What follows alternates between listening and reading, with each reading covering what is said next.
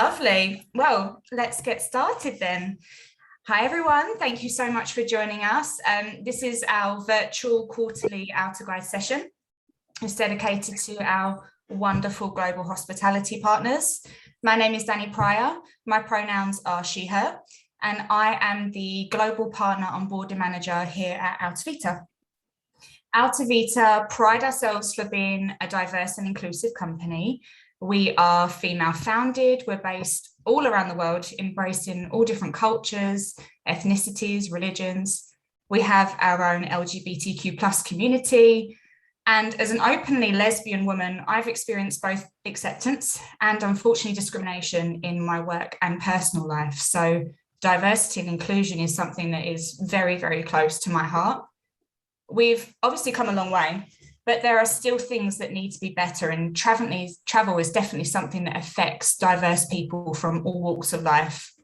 I recently read that nearly 60% of travellers say it's important that the company that they book with is committed to D&I practices, with 2 in 5 saying that they will switch providers if a company doesn't publicly reflect inclusive practices. So it's really important that we all take steps to foster a culture of diversity and inclusion. With that being said, I'm thrilled to be joined by our expert panelists, Jamie, Di, and Jake. Here we're going to talk to us more about the steps we can all take to effect positive change in corporate housing. Just before we start, I wanted to mention again that this is an interactive session, so please feel free to ask questions or make comments in the live chat. But please do make sure to keep yourselves muted throughout the whole thing, just so we don't get the interruption. Without further ado, I would like our panelists to introduce themselves. So, Jamie, did you want to go first for us? Sure. Yeah, my name's Jamie Finney. I am head of travel for NES Fircroft. As you can see, my pronouns are he and him. I've been with NES Fircroft for 9 years in September. Prior to that, I was with CWT as an operations manager. We are essentially a workforce solutions provider. We place a number of contractors on jobs for various marine and energy companies, oil and gas companies, renewables companies, and so on. And it's my job really to make sure that the contractors get safely and securely to where they need to be, as well as staff members also traveling for business. We're a sales organization ultimately as well, so we have a large sales team that needs to get around as well. That's me. Thank you so much. Jake, did you want to go next? Sure, yeah. Hi, everybody. My name's Jake Seage. My pronouns are he, him. I identify as gay as well. Currently work for a company called worldwide. We've got one luxury service department building in Camden currently, but have been working in service departments for 9 years now. Joined Native in August 2013 and have worked for all sorts of different family-owned companies all the way up to Marriott as well, and big global corporations, all focused on extended stay and corporate apartments. Thank you so much. And last but certainly not least, Di. Hello everyone, so I'm Di. I'm the Group People and Culture Director at edyn. My pronouns are she, her. edyn is a service department company. We have a few different brands, a lifestyle design-led brand called Lock, as well as Cove design-led, and Seiko, our legacy sort of traditional brand for corporate extended stay. And we operate in the UK and across Europe. I've been here 5 years. And from a diversity perspective, we're still very much on our journey ourselves, building an inclusive environment for all our Edynites who work here.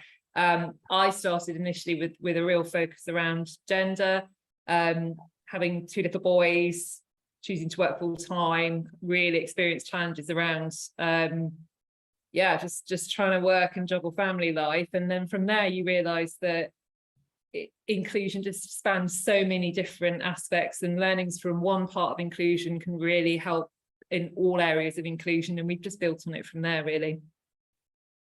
Thank you so much. I'm so excited to have all 3 of you here. I know that we've known each other for a while now. We've got together a couple of times to discuss this, and I'm just really excited to delve into the discussion deeper and learn from you all, and hope that it helps everyone in our industry. So just touching upon what Di mentioned there about what diversity and inclusion means to her specifically, and also your company, I kind of just want to touch on that really and just open it up really broadly and ask, probably I'm going to start with Jake and ask, what does diversity and inclusion mean to you and to your company to stay? To me, first and foremost, it means giving everybody a seat at the table, and it means representing each and every walk of life that sits within the human race.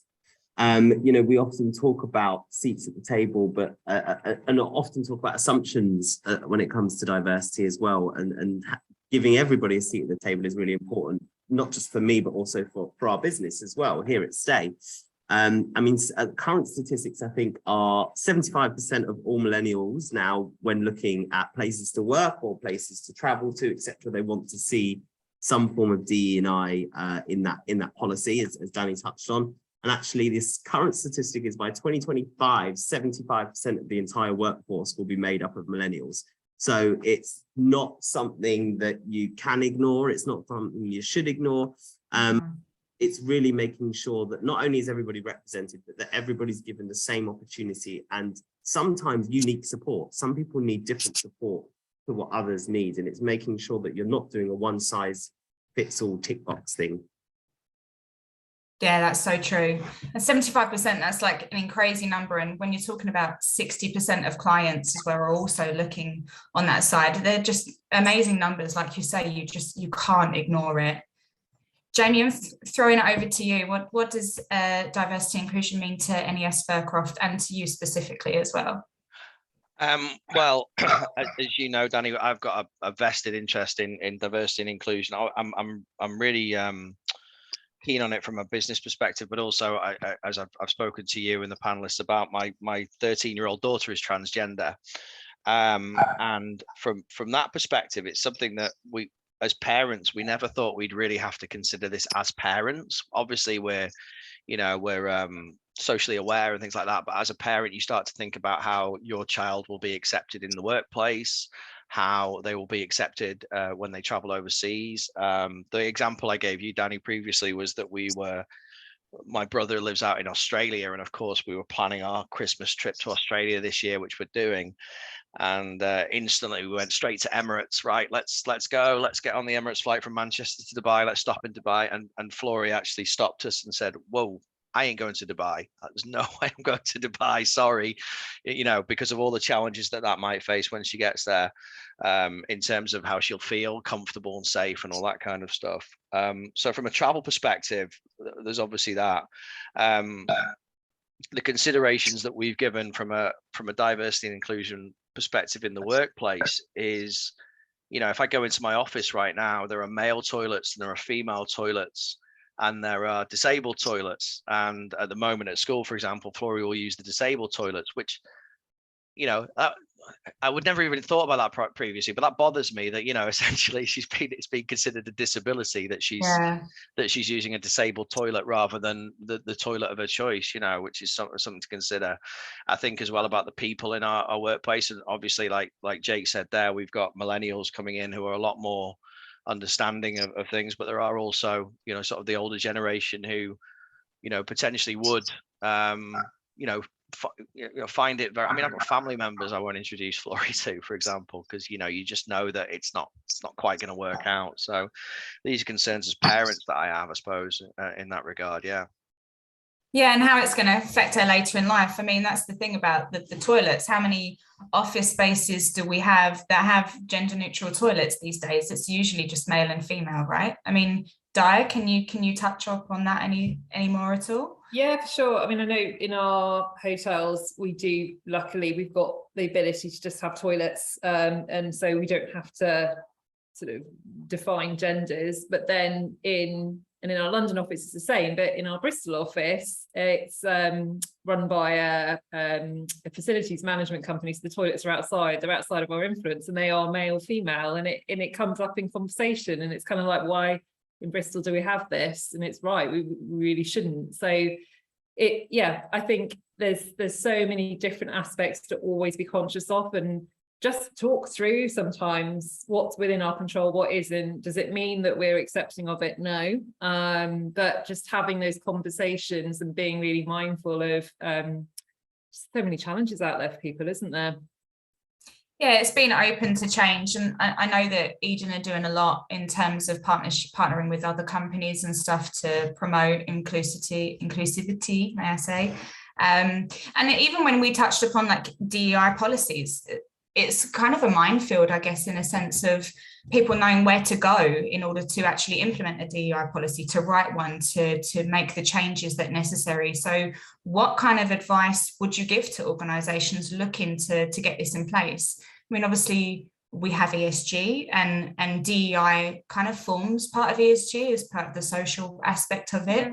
But it is really important to have your independent DEI. Like, you can't just put DEI in with ESG. It should be its own separate policy, right? Yeah, and we were talking about this a little bit yesterday, weren't we? That the challenge with policies generally, from my perspective, is that HR policies can sometimes just sit on a shelf and not be lived, and they're just a tick box. And you can't do that with DEI. You can't do it with ESG either. But it needs to be something that people really buy into, they understand, and that it's just lived day to day. So for us, our values are around the courage to be human. And it's really important for us, just as a way of being at Edyn, that you have the freedom to be yourself. There's enough to think about when you're at work, and we've got lots going on, lots of growth at Edyn. So let's not worry about having to second guess ourselves and think about how we're going to present ourselves. Let's just really focus on the important stuff in life. So we really started with actually just our ethos and our way of being at Edyn, and built it up from there. And as I say, we're working with a consultancy at the moment around D&I, because we recognise we've still got lots to do. I think everyone has. It's a complete journey. But I'm a bit reticent about policies, because I really don't want us to fall into it just being a rule book or it looking like it's set. Because I think, as Jake was saying yesterday, this is an evolving agenda that we just need to keep moving with and learning from. And as soon as you do a policy, you tend to kind of go, "Ooh, that's done, fixed, move on." Yeah, especially with DEI, like you say, everything's changing so often. You can't just write the policy and then that's it, checkbox done. You have to review those policies, because what might be accurate now and in place now might not be the same in 6 months' time. And that kind of over to you in terms of DEI and policies. What's kind of Stay's view on that, and what suggestions would you have for other operators if they're looking to implement these changes that they need to make? Well, yeah, just touching on from what Di said and policies, for us, it's about being flexible. The clue is in the title, really. It's about being diverse, right? So a policy that is one thing does not suit or is not appropriate for everybody and every culture and every religion and every sexuality, or all of those things we talk about when we talk about DE&I. So we kind of try to use it as a framework and as a guidance to kind of guide us towards the right decisions. But really, ultimately, the way that we do that is by talking to people and listening to people. And some people don't want to give you the information that you need to make the right decision to help them, and that's fine. We make sure that they feel comfortable enough to tell us when they can, and then we take it from there. But ultimately, for me, it's the clue is in the title. You have to be diverse, and you have to move with your policy, and your policy should not be, as Di said, a tick box thing. Once it's done, put it on a shelf. There needs to be framework, because people need to know how to respect each other and how to interact with each other in a safe way, in a comfortable way, and in a respectful way. But at the same time, it's ever changing, right? It shouldn't just be it should be a constant process that you're learning. I'm still learning lots of things. I still make mistakes myself with pronouns all the time, because it's not something that is part of my brain makeup. Has always been he, him, she, her. That's how it's always been, and now I find myself doing it still to this day, and I hold my hands up when I do it to my friends that are non-binary or identify as they, them, and I say, "I'm sorry, let me correct myself." Yeah. And the thing, right, is that it's about intent. you know, you are going to make mistakes because people are different. People are fundamentally different. And the more we learn about people and the more people are more comfortable to really be who they are and say who they are and live who they are, the more terminology that we're going to come across, and we're going to have to learn it. And I think as long as you're trying to learn it, and as long as you're trying to engage and listen and respect that person and who they are and what they are and where they're from and all of those things, then that's really the first and easiest step. And the biggest thing you can do is to make the effort. Yeah, no, 100%. And that works on both sides, right? That works for your internal staffing as well as from the guest side, you know, from the side of the operator welcoming the guests into the property. So what would you say that operators can do to be more inclusive, not only to the guests, but for internal staff as well? Jamie, what's your thoughts on that? I think with regards to that, I think one of the things that we experience right now, and this is actually a current problem that we have personally as a family, is that my daughter's passport is still her male passport. And the first thing you do when you walk into a property, if you're overseas, is hand in your passport. And obviously the check-in person might then say, oh, where's, you know, Jude was her previous name, so she'll go, where's Jude, can I see Jude, you know, and obviously that makes her feel incredibly uncomfortable, dead name, all that kind of stuff. So I think maybe, you know, I don't know, but certainly something around sort of trying to eliminate that side of it, where we don't necessarily go off the name on the passport from a trans perspective, because it might not always be the right thing. I think in terms of what can they do to be more inclusive, I mean, zero tolerance policy is one thing, but I think there has to be a culture of acceptance as well within the business. It's all very well and good saying we don't tolerate it, but actually we have to be quite accepting of things. A good example recently in the UK, my wife's just started working for the NHS, and in the NHS, everybody, like we've done today, has their pronouns on their signatures. So, and what that means is that even if you are, you know, you don't stand out if you give your pronoun, basically. So, you know, if Flory worked for the NHS and put she, her on it, she wouldn't stand out any different to me if I put he, him on it. And I think that's really inclusive. Halifax have just done it as well, of course, I think with the badges which sent Piers Morgan into a fit. Yeah, but I think, you know, I think those are the sort of things that we can definitely do is you know, sort of, you know, build a culture of acceptance, really. On top of zero tolerance. Zero tolerance should be a given. It's an acceptance culture we need to build.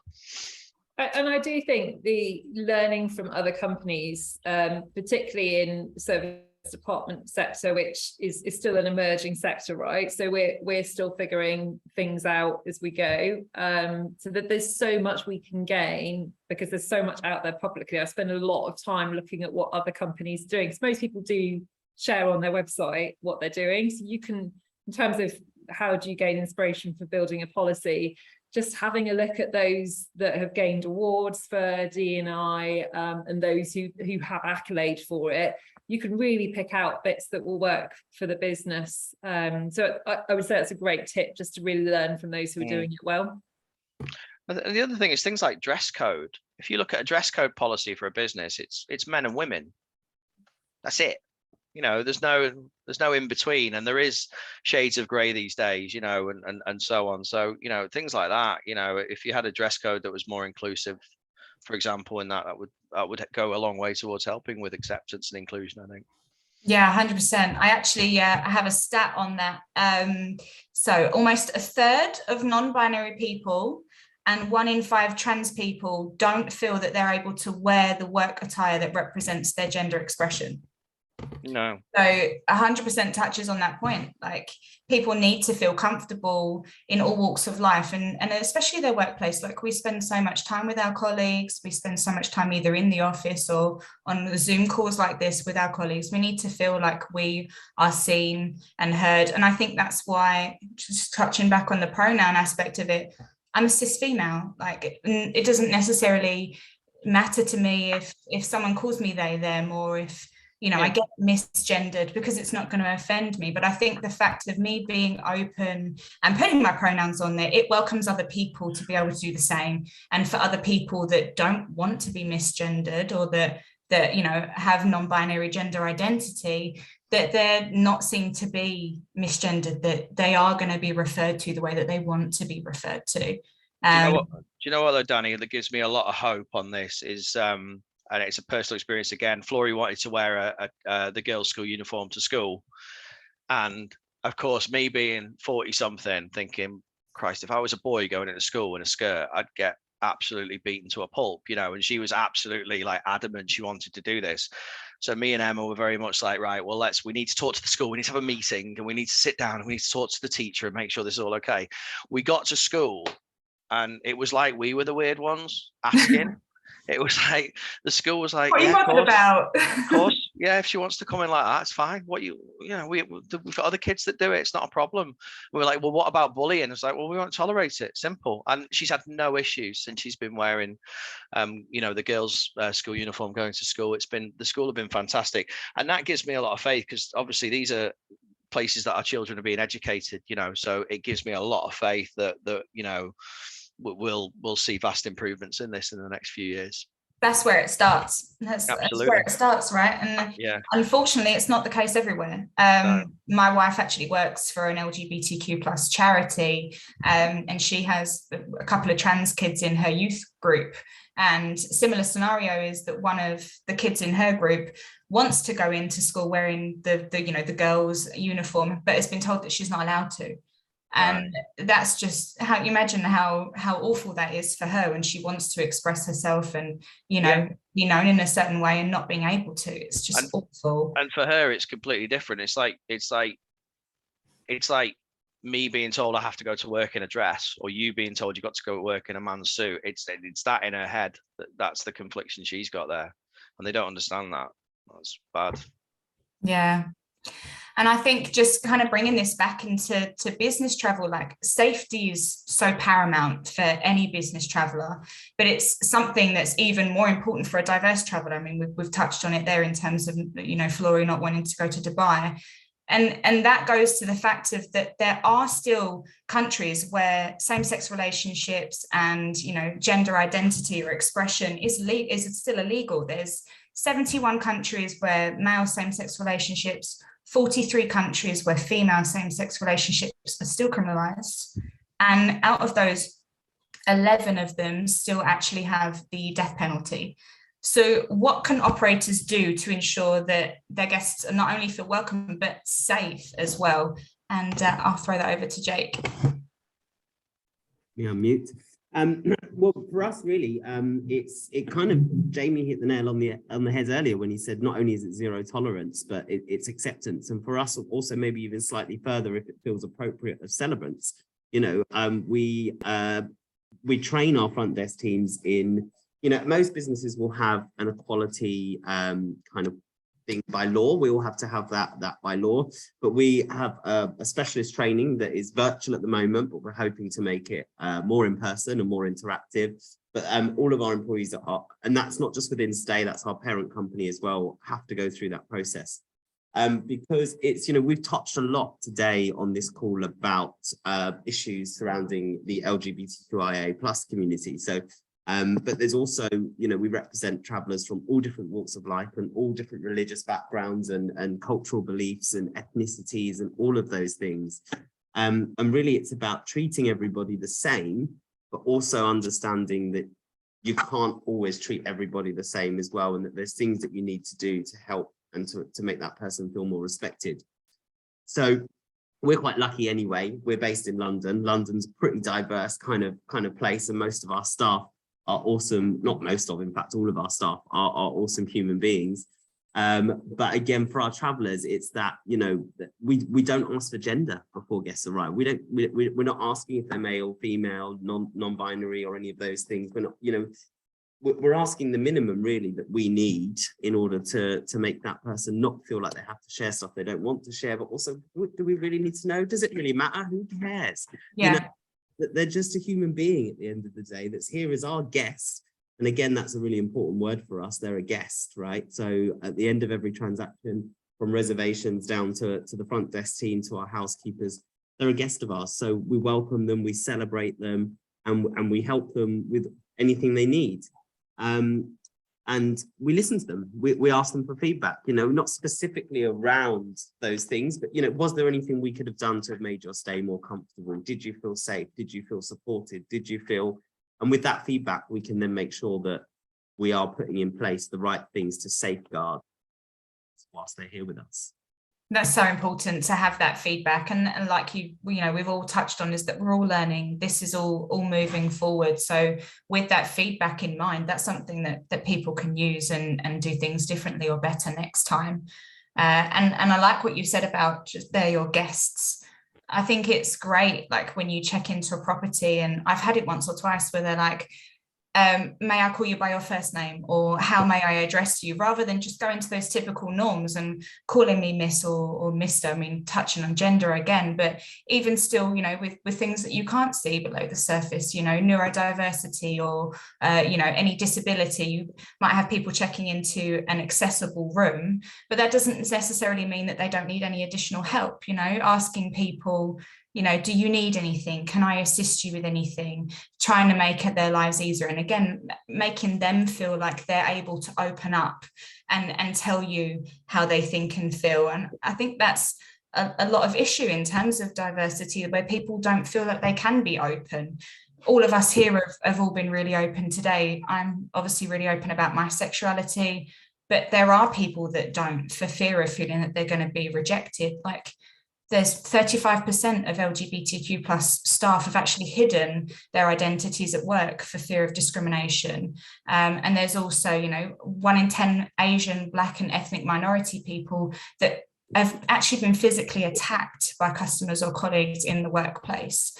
So what can companies do to create an environment where their employees feel like they can be their authentic selves at work? Di, did you want to take that one?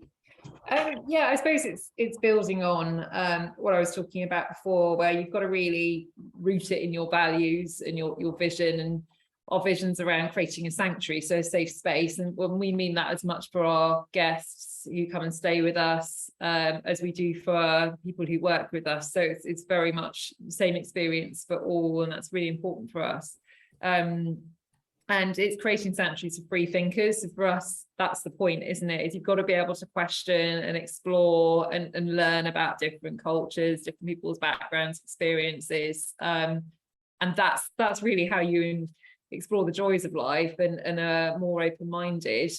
And then, yeah, how we translate that through is about building people's ability to have that voice. And I was mentioning that, you know, to start with, we had quite a bit of silence around diversity and inclusion, and we were asking people to sort of share their viewpoints, and we didn't always get noise coming back. And we realised it's not always enough just to say, come on, talk to us. You've got to really show that you are going to listen. You've got to build that trust. So we spent a lot of time with our series called Courage to Be Me, talking to people, first of all, with our inclusive partners who we partner with. So we started with those guys to talk about inclusion and the power of inclusion. And then we brought it in-house and we talked to key people across the business. And now we're getting people approaching us and saying, oh, can you talk to me? I'd love to do a recording. And it's starting to build that conversation, which is just a joy to see. But it really takes time. It's not as easy as saying, talk to us, which, if I'm honest, surprised me. But yeah, all part of the journey. Yeah, definitely. Jamie, do you have anything to add on to that? No, I think it's building on a lot of what we said, isn't it? I mean, the question was, what can companies do to create an environment where their employees feel like they can be their authentic selves? I think it's, well, what does your authentic self look like? In terms of, like, we've talked about dress code, for example. You have to be very, we have to give that some thought, I suppose, and so on. I think Di makes a really good point. Asking isn't enough, because it's sometimes a question that people don't want to answer, or sometimes, I hate to say this, but I still think there's a certain amount of shame with with diversity and particularly the LGBTQ community because you feel different or whatever it might be. And we need to break that. Like I said before with the schools, I think I've got faith that that'll happen, but I think we need to break this kind of stigma that there's any shame behind being who you want to be. Yeah, definitely. I'm a privileged white man, so I can't really talk very much about this, but middle-aged white man. But I'm. Jake said something before. I'm learning all the time. We're all learning all the time. We have to be open to learning all the time as well. Sorry, Jake, go on.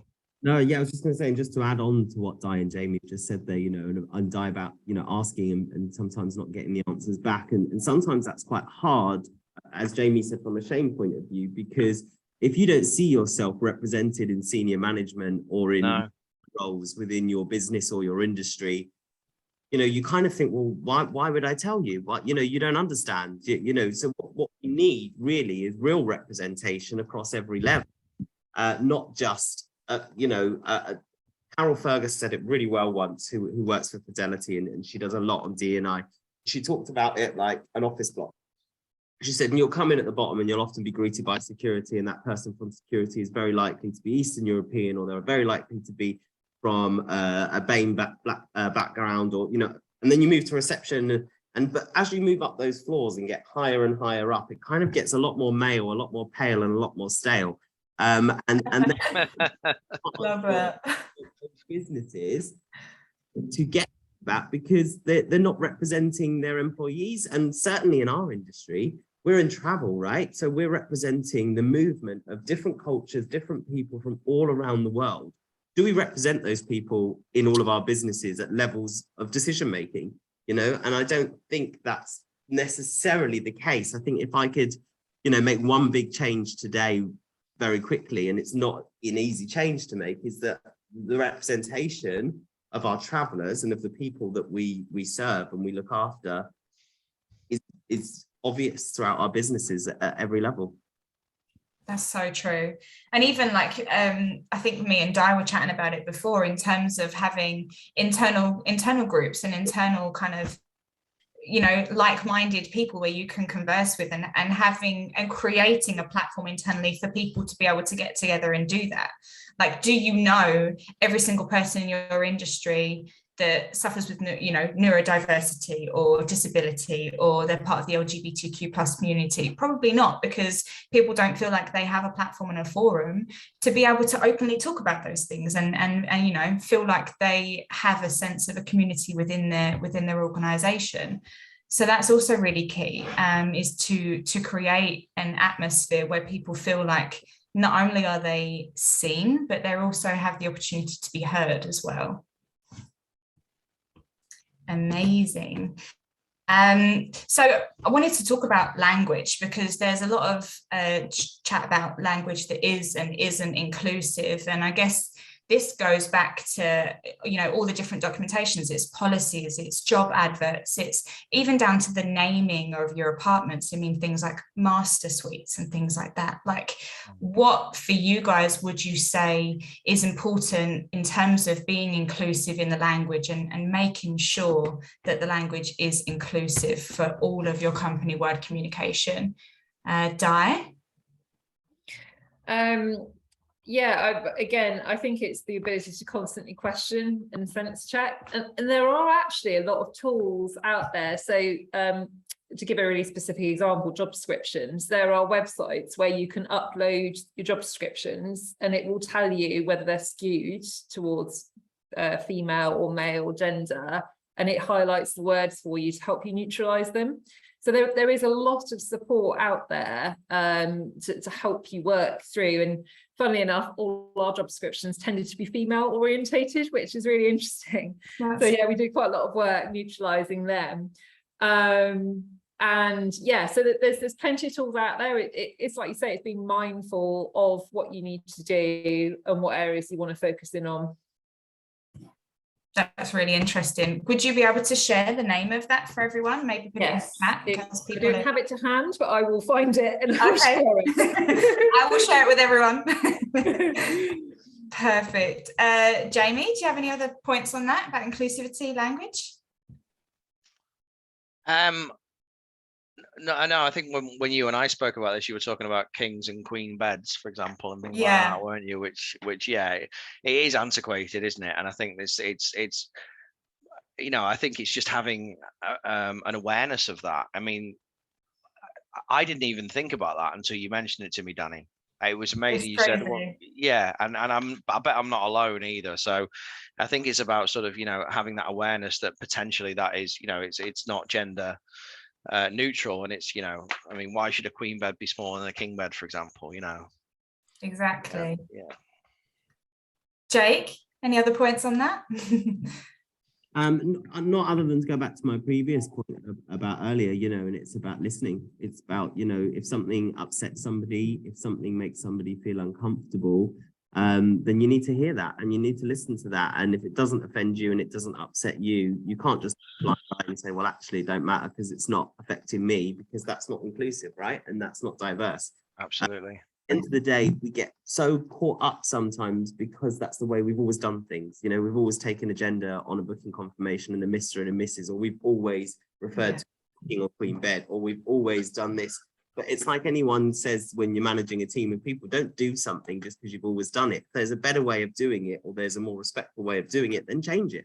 It's just a word at the end of the day. And I think, to me, human beings are more important than words. Well said.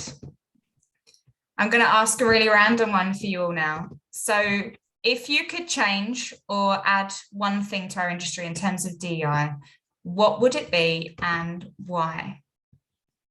Who wants to go first? I don't mind going first, seeing as I think I kind of answered it already when I talked about, representation and making sure that there's a seat at the table that's offered to everybody, So you've got representation from, every religious background. You're not always going to be able to do that, and have, somebody from every single kind of, minority group, and I don't like the word minority group either, even though I know. Yeah, it has a kind of a negative connotation, and I don't think it should. I like the word diverse group. And I think the more diverse your business is, the better it is. The more people you represent, the more talent pool you will attract, the more profitable you become. That's a known fact. You can Google it. Yeah. Diverse business, in actual fact, will get your profits up as well. So for me, I really don't see who it doesn't benefit. And so I would like to see that representation across more of our advisory boards in our industry, and more of our travel management associations, and fundamentally at the top of our businesses in decision-making roles as well. Well said. I love that. That's the thing, we can't speak on behalf of everyone. It's not possible to be able to touch on every single person's own, experience and point of views. Di, what about you? If you could add or change anything, what would you recommend? Yeah, well, I think as an industry, hospitality is sometimes a little bit behind. So I'd love hospitality to really be leading the way in terms of D&I. And Danny, the fact that you're doing this webinar is great. And I think the more that we can do of this will help us move forward.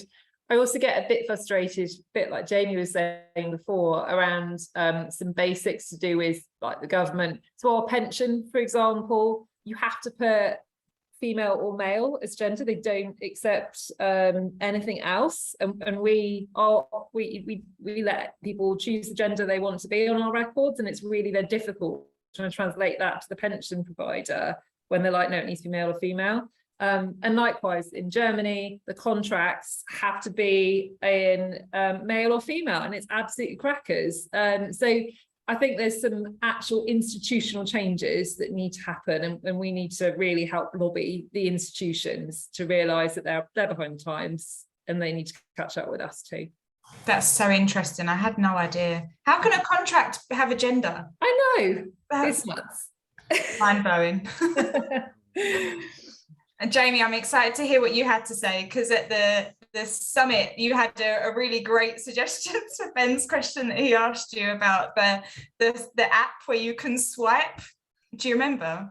Yeah. I think I was winging it a bit like, what was it? Tinder for hotel properties. Yeah.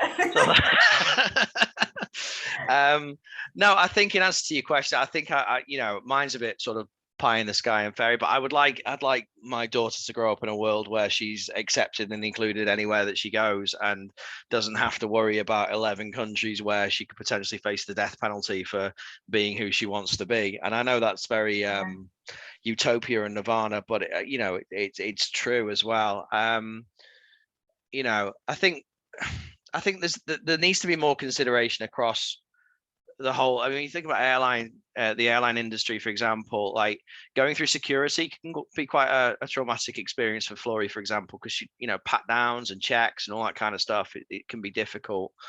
But I think things are changing and things are getting there. I mean, I think as of April 2022, the US passport application now allows you to mark X in your gender, which I think is, the US tend to lead the way in these kind of things. So that's good that we've made a progress. That's quite a big statement there that they've done. So I think that's good. But yeah, just for our children to grow up in a world where this isn't an issue would be what I'd like to change. You say pie in the sky, but it all has to start somewhere, and it starts with conversations like this about being open and all getting together to discuss our own individual experiences and our own suggestions of things that everyone can do. We can all do more. No one is perfect. No one's doing everything right. We can all learn and do more. So it's got to start somewhere. So I want to wrap it up and say thank you all so much for the amazing discussion. It's been really, really educational, and I think that it's great that we've shone a light on diversity and inclusion like this within our sector specifically. It's amazing that we have specific events throughout the calendar year, like we just had Pride Month, Disability Awareness Week, International Women's Day, Black History Month. They're all great to have a diverse calendar. But what makes us truly inclusive is to welcome each other for our differences all year round. It shouldn't just be a tick box exercise that we only do it on that individual event. So I'd love to keep the discussion ongoing. So if anyone has any afterthoughts or suggestions of topics that we can delve deeper into next time, then please let me know. We are fully committed to doing everything that we can. So thank you so much again. This has been really, really great. And I'll sign it off there. Thank you all and goodbye. Thank you.